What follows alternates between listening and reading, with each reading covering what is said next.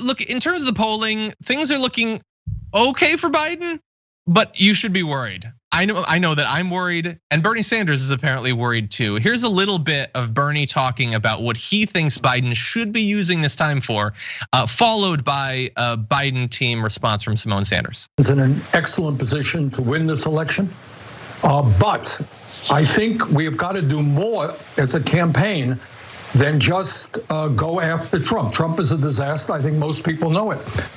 But we also have to give people a reason to vote for Joe Biden. And Joe has some pretty strong positions on the economy. And I think we should be talking about that more than we have. Are you going to take that advice?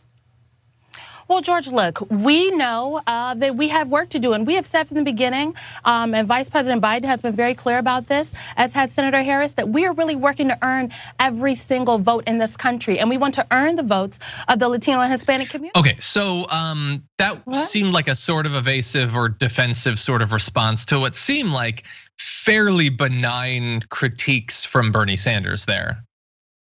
Yeah, it was not only defensive, it was nothing. So it just made her look really bad, and the Biden team look really bad. It's like she was preparing for this really big takedown of the campaign when he was just like, Biden's got a really good economic plan. Maybe you guys should talk about that more. And she was like, how dare you, Latinos? Like, you're not even really going after Latinos in the way that the Sanders campaign was. Like, you're not actually targeting them. You know, we all know who you're targeting. You're targeting people who voted for Trump, Midwesterners, mostly white people, former Republicans. And my God, don't we all hope that strategy works? That being said, there are a lot of organizations that are endorsing Biden that do work with communities of color and are more grassroots, who are pulling and doing an incredible amount of work. But yeah, that's not the right way. That's not even the right way to handle a critique. No, and look, I think it was very clear from that video that Bernie is doing everything he can to get Biden elected. Although probably like in 2016, it's probably gonna get him to be attacked from all sides basically.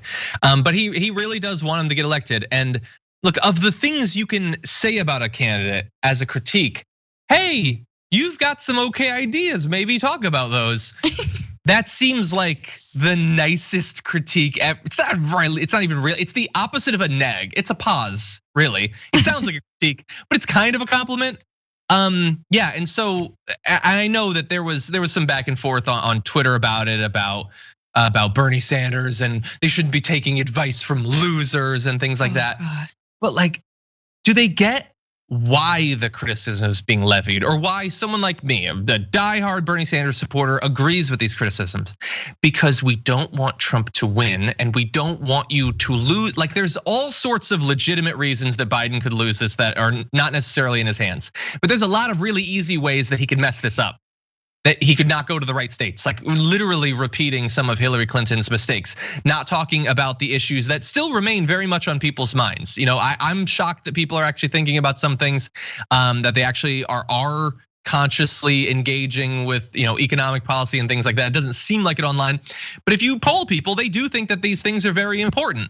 And so, yeah, you need to be talking about those. You need to be doing as many events as possible, not live indoor packed events or things like that. But he should be out there far more than he is.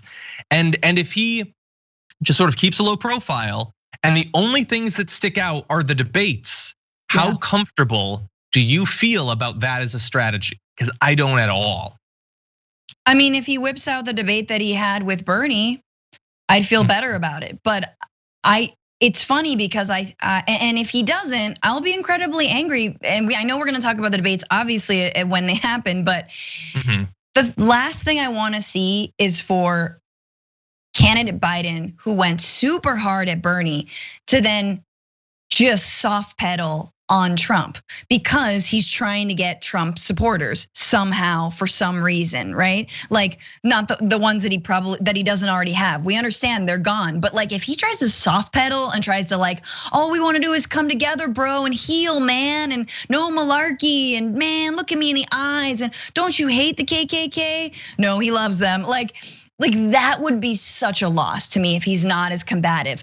But absolutely, look, I'm not saying that an economic message is going to win all the time, but for even just earlier in the comments talking about small businesses and the way, or businesses and the idea that this president cares about business owners is utter BS. So implode that. Talk about that. Talk about that Trump inherited this an Obama economy. Talk about the ways that businesses are being gouged right now, small businesses, whereas giant corporations are not, right? And that they need to pay their fair share while smaller businesses shouldn't have to pay what those giant corporations pay. So like, there's so many ways. Talk about unionization, people out of work. There's so many ways you can go with this.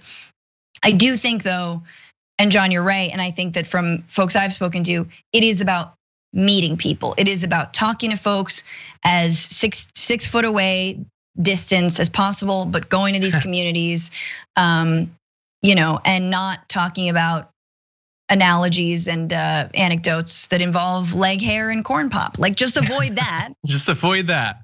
You know what we could have? Let's have some massive drive-in rallies. You can safely do drive-in movies, do a drive-in rally. Why? Like, you can make these things happen in a responsible way. You really could. There's a lot of different ways that you could do that. I'm just very worried. And by the way, I'm not one of the online lefties that's sure that his strategy is wrong.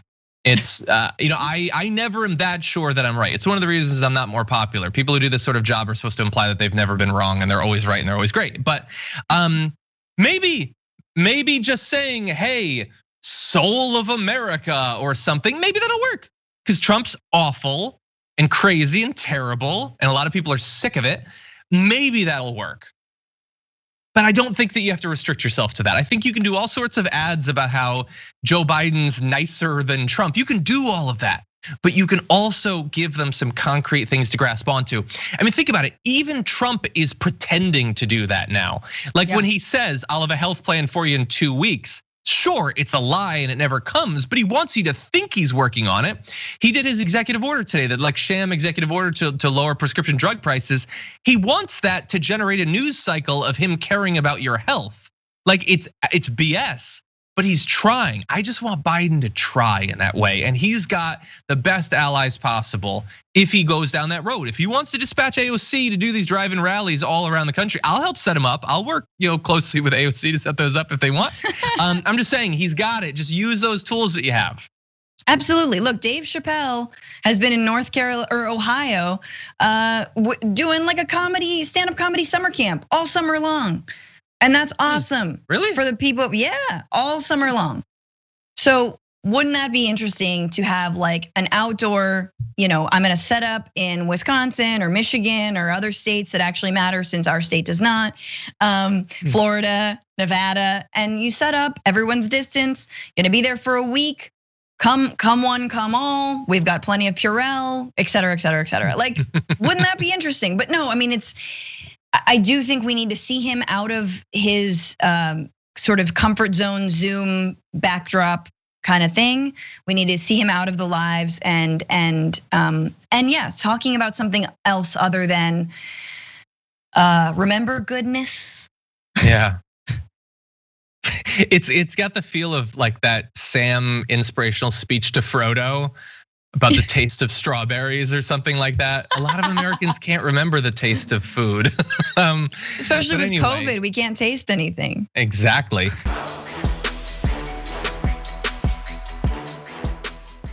Check out the Damage Report podcast each day, wherever you get your podcasts, whether Pocket Casts or Stitcher or iTunes. You can join me as I give you the news and stories you want, with a range of co-hosts and interview guests jumping in on the fun each day. Again, that's the Damage Report, wherever you get your podcasts. And if you get them at iTunes, don't forget to rate and review. Sometimes I'll read them live on the show.